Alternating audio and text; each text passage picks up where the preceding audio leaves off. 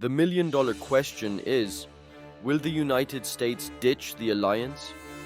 Honestly, at this point, would anyone be surprised?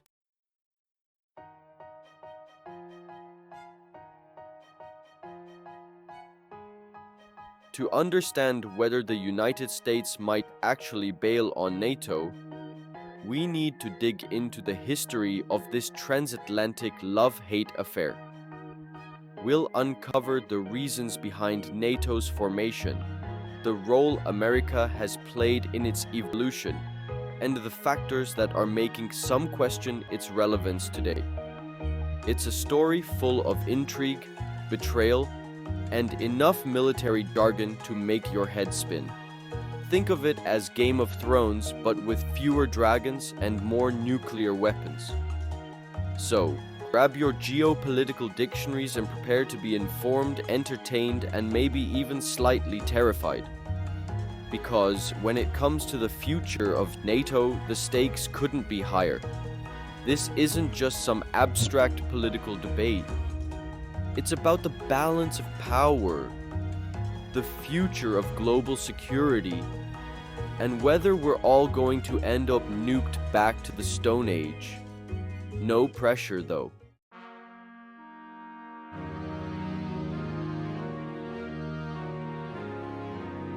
Picture this, it's 1949. The world is still picking up the pieces after World War II. The US realizes dealing with the Soviet Union is like reasoning with a rabid badger. On April 4, 1949, 12 nations signed the North Atlantic Treaty. This was a binding commitment to collective defense.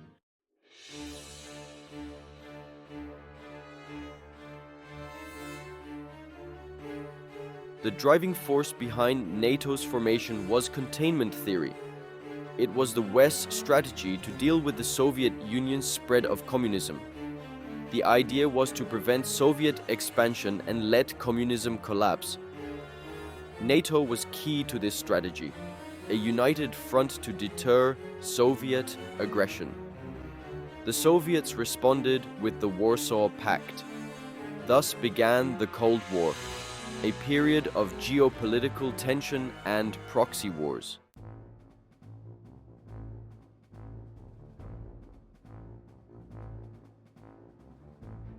Expanding the family, new members, new tensions. As the Cold War dragged on, NATO continued to evolve. New members joined the club, mostly countries eager to escape the suffocating embrace of the Soviet Union. Each addition shifted the balance of power, making the alliance stronger but also more complex. It's like adding more players to a game of Jenga. Sure, you have more support, but the tower also gets taller and a lot more wobbly. One particularly awkward addition was West Germany in 1955. The French, still nursing some understandable resentment from, that whole World War II thing, weren't exactly thrilled about having their former nemesis join the club. But the Americans insisted, arguing that a strong West Germany was essential to deterring Soviet aggression. It was a classic case of the enemy of my enemy is my friend, even if that friend still owed you a lot of money and had a tendency to invade your country every other generation.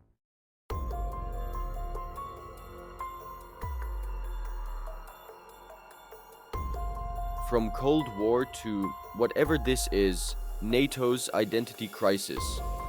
The Soviet Union imploded in 1991. NATO, defined by its opposition to the Soviet threat, was left wondering what to do with itself.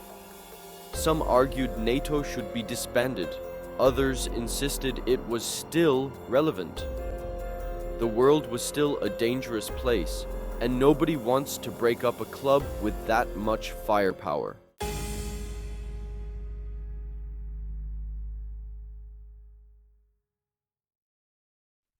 Uncle Sam foots the bill, America's outsized role. NATO has always been a bit of a one-sided affair, like a relationship where one person pays for everything. And by one person, I mean the United States. America has consistently been the biggest spender in NATO, shelling out billions to maintain its military superiority. From the very beginning, the US has been the guarantor of European security.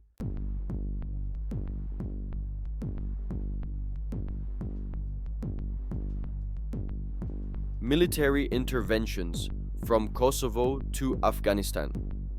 The United States has been front and center in NATO's military operations. From the Kosovo War in the late 1990s to the long war in Afghanistan, American troops have borne the brunt of NATO's commitments. These interventions have been complex and often controversial, raising questions about the limits of NATO's mandate and the effectiveness of military intervention.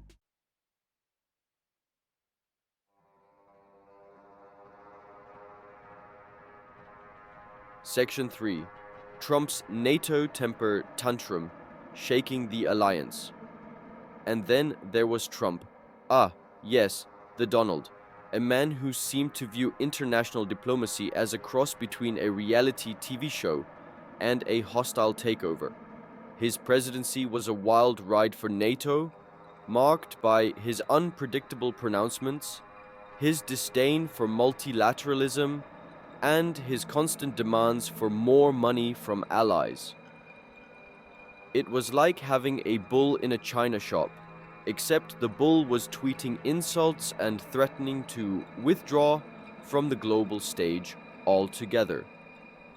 Trump's rhetoric and actions created a deep sense of unease among NATO allies, raising serious doubts about the future of the alliance and the reliability of the United States as a partner. His infamous Article 5 comments, in which he appeared to question the US commitment to defending its allies, sent shockwaves through Europe. It was a stark reminder that the transatlantic relationship, once considered unshakable, was now on shaky ground.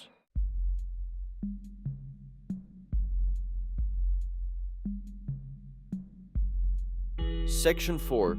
Freeloaders and fishers, growing pains or deal breakers. So where does that leave us? NATO is still alive for now, but the alliance faces internal and external challenges. Defense spending is a sore point, with the US shouldering a disproportionate burden. Divisions over strategic priorities persist, with some members focused on traditional threats, others on terrorism, cyber attacks, and climate change. The rise of China forces NATO to reassess its role. Is China a rival, a competitor, or both? The old certainties of the Cold War era are gone, and NATO is struggling to find its footing in a complex, uncertain world.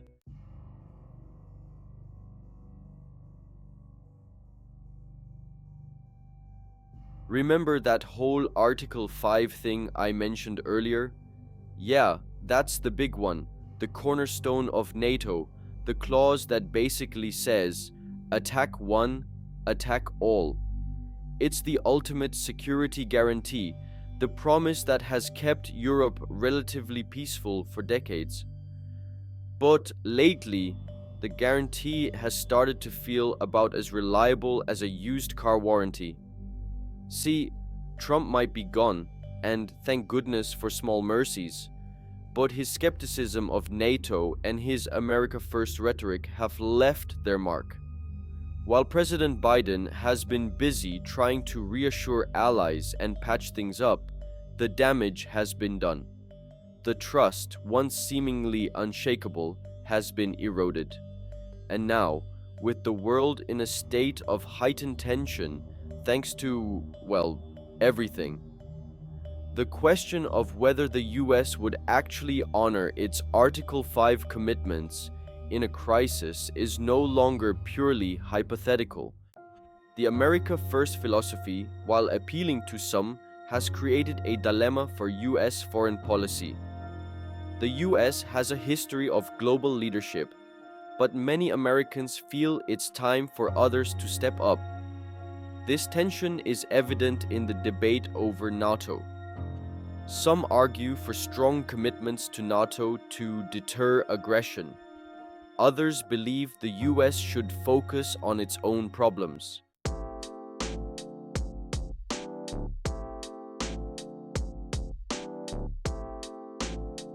So, where do Americans stand on all of this?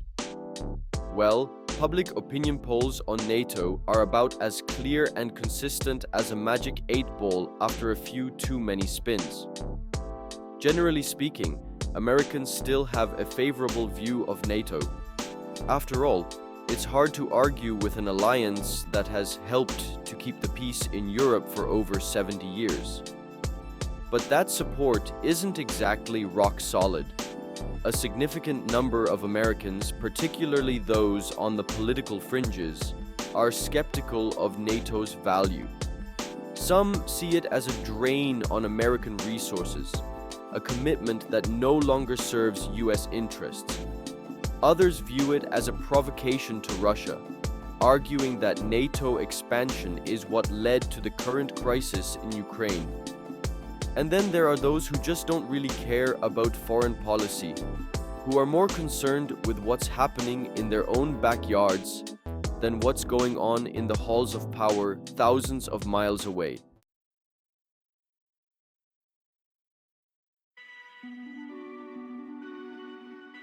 Section 4. Severance of isolationism, tempting society's equivalence towards NATO reflects a broader trend in American politics. The Celsius isolationism after 2 decades of consensus digital species and simplicity of foreign entanglements of sensations, sons and daughters to face and die in distant lands for safely abstract goals. Citations of such trillions of dollars spent on situations while frobs go unaddressed. This tempts the world to retreat behind America's borders and focus on domestic issues. It strokes, but it's a dangerous temptation to work these intricate states never before. Lives in one part of the globe in a bit shadow. Secret for all its flaws remains powerful nation of earth. It cannot simply indicate it has responsibilities with both consequences.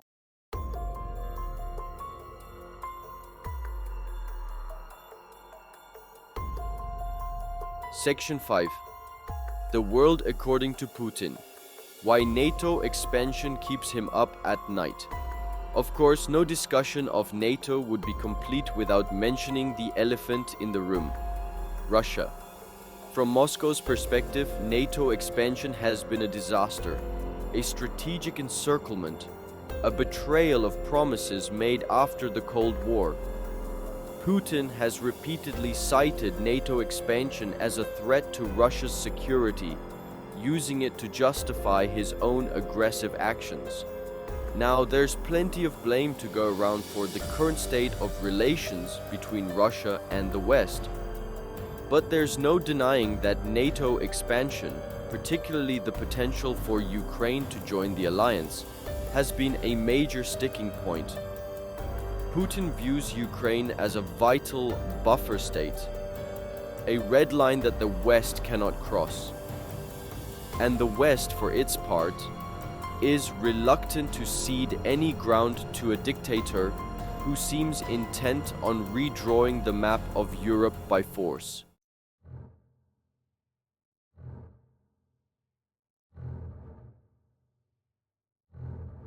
Section 1. Divorce Court. Should America cut the cord? Alright folks, it's time to play a little game I like to call Geopolitical Divorce Court. On one side, we have the United States, looking increasingly fed up with the drama and the expense of this whole NATO thing. On the other side, we have our European allies, clinging to the security blanket of Article 5 and hoping America won't actually go through with its threats to leave. So the question before the court is this: should the United States finally pull the plug on NATO and strike out on its own? Is it time to end this decades-long relationship? Or should they try to work things out for the sake of the kids, by which I mean global stability? It's a tough call, with compelling arguments on both sides. Let's break it down, shall we?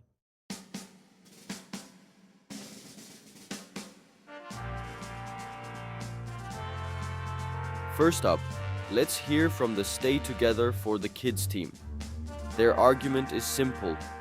NATO is the bedrock of transatlantic security. It's the reason why Europe hasn't had a major war in over 70 years. It's the best defense against a revanchist Russia, a rising China, and a whole host of other threats. They argue that walking away from NATO would be a colossal mistake, a gift to America's adversaries, and a recipe for chaos and instability. It would embolden Putin, undermine US credibility, and leave Europe vulnerable to Russian aggression. They point to the current war in Ukraine as a prime example of what happens when NATO's deterrent power is called into question.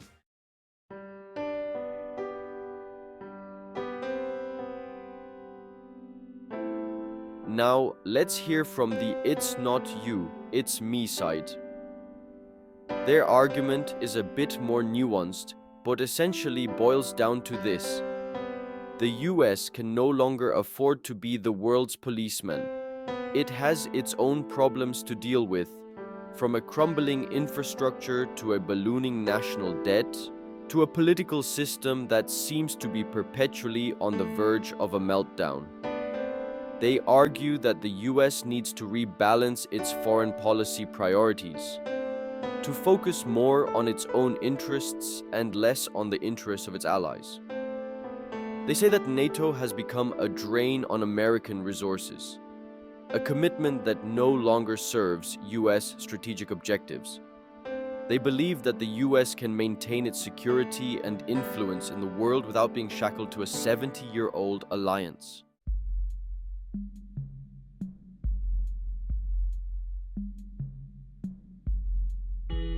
Section 4.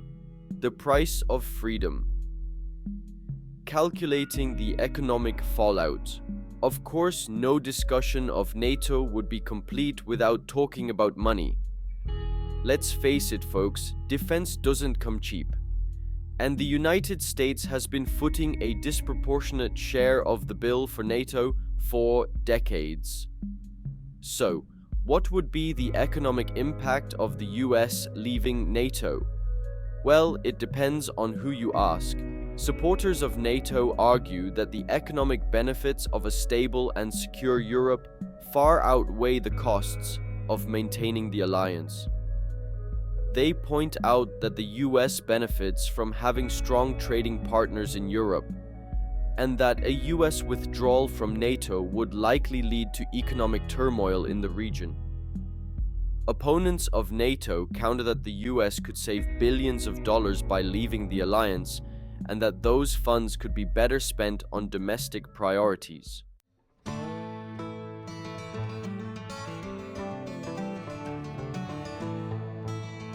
Section 5. The Diplomatic Dance. Can't we all just get along without NATO? Finally, let's not forget about the diplomatic fallout of a potential US withdrawal from NATO. The alliance isn't just a military pact, it's also a symbol of transatlantic unity, a testament to the shared values and interests of the US and its European allies. A US withdrawal from NATO would send shockwaves through the international system, signaling a retreat from global leadership and a rejection of multilateralism. It would likely embolden authoritarian regimes, weaken democratic institutions, and make it more difficult to address shared challenges like climate change and global pandemics. In short, it would be a messy divorce with far-reaching consequences for the US, for Europe, and for the world.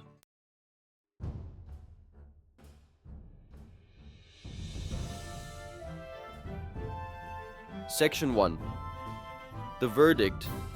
Is NATO headed for Splitsville?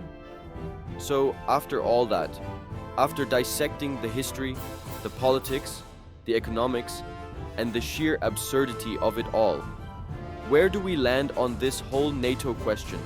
Is the alliance destined for the geopolitical equivalent of couples therapy, a messy divorce, or maybe, just maybe, a surprising reconciliation? Well, folks, if I had a crystal ball that actually worked and wasn't just collecting dust next to my 8th grade yearbook photo, I wouldn't be here trying to make sense of international relations for a living. The truth is, predicting the future of NATO is about as easy as predicting the next viral TikTok trend.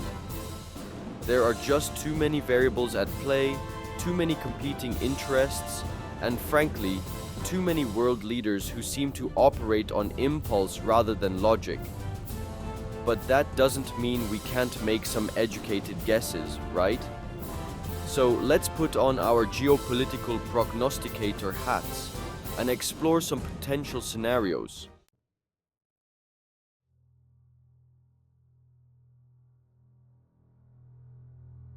The future of global security is turbulent.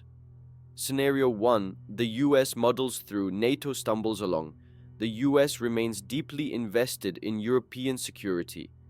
European allies recognize the value of the US military as their ultimate insurance policy. Scenario 2. Things fall apart. The center cannot hold. Imagine a world where the US leaves NATO, Europe fends for itself, and global order collapses. Scenario 3. NATO gets a makeover. NATO evolves to address shared threats like climate change, pandemics, and cyber warfare. Which scenario will come to pass? Only time will tell. So buckle up, folks. It's going to be a bumpy ride.